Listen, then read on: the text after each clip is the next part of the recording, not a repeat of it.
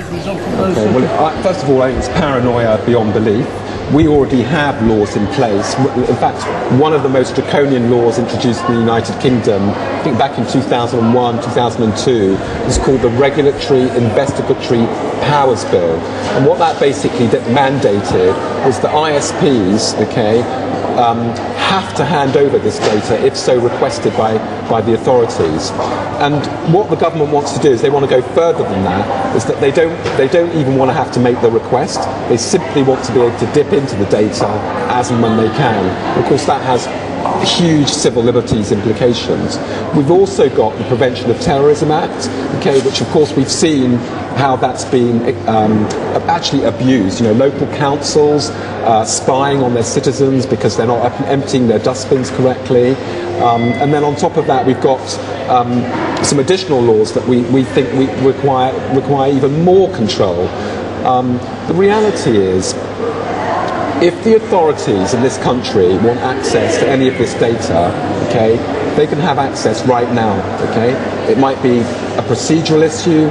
I think I was suggesting earlier that the United Kingdom and the United States of America have had a surveillance operation in existence for over 35 years, where I'm telling you, every fax, every phone call, mobile, landline, email has been monitored routinely, continuously for a period of 35 years anyway. Jackie Smith at the Home Office clearly isn't even speaking to she's not even speaking to her military authorities because this capability already exists. The reality is that it already exists and it's existed for over 30 years.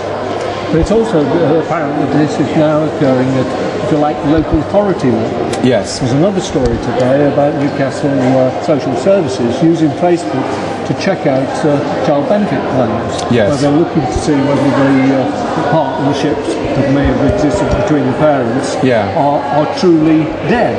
Yes. Or whether in fact there's still a clandestine relationship going on. Yeah.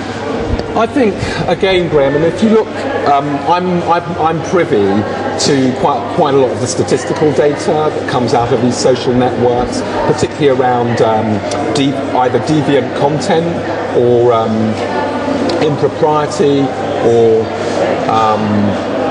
something that just doesn't meet the terms of it. And the reality is that the percentage of people, across these networks that aren't playing to the rules is actually quite small. And as a result, what we don't need is to criminalise everyone else, and that's the reality. And councils can go onto Facebook and look at people's networks and interrogate them, and that's all well and fine. The individuals responsible need to be mindful of that if they want to continue lying. But the reality is, I think the prize, the benefits that these platforms are giving people far outweigh the need to be quite so draconian and quite so surveillance orientated.